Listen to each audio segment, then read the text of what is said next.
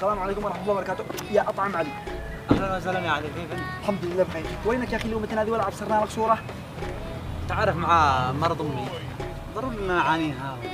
أنا أمس عند أمك وسألت عليك قال خارج الصبح مرجع للعصر. غير الموضوع. طيب انت في هذا اليوم ايش سويت؟ أنا خلاص يا حبيبي، أنا بغتنم بسافر. اكيد.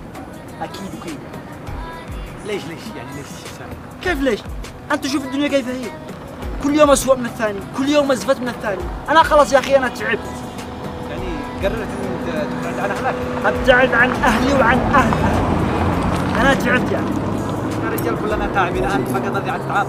طيب وش النتيجة برايك؟ النتيجة يا اخي اسعى وربك حيفرجها. احنا مكنا سعونا من الابتدائيه واحنا نسعى نقول شو فرق، اقال الاعداديه واحنا نسعى نقول شو فرق، اقال الثانويه واحنا نسعى نقول شو فرق، اقال الجامعه واحنا برضو نسعى نقول شو فرق، وكل ما صعده ضاقه، صعده ضاقه، صعده ضاقه، اخوك مخلوق يا عادل، انا قايل.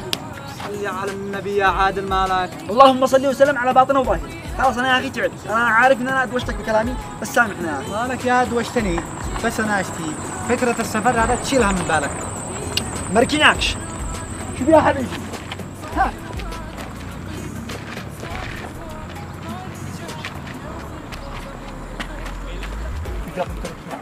إذا قلت لك يا علي إن أنا بسافر بعد 10 أيام بالضبط، إيش بتسوي؟ بطل هبالة. لا يا حبيبي، هذه مش هبالة، هذا سفر، نغنغة، فلوس، دراهم، بقش. ها. طب أنا بجيك الآن.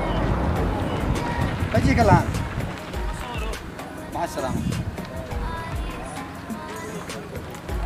فكرة السفر شيلها من راسك. فكرة الجلسة بعيدة من عقلك.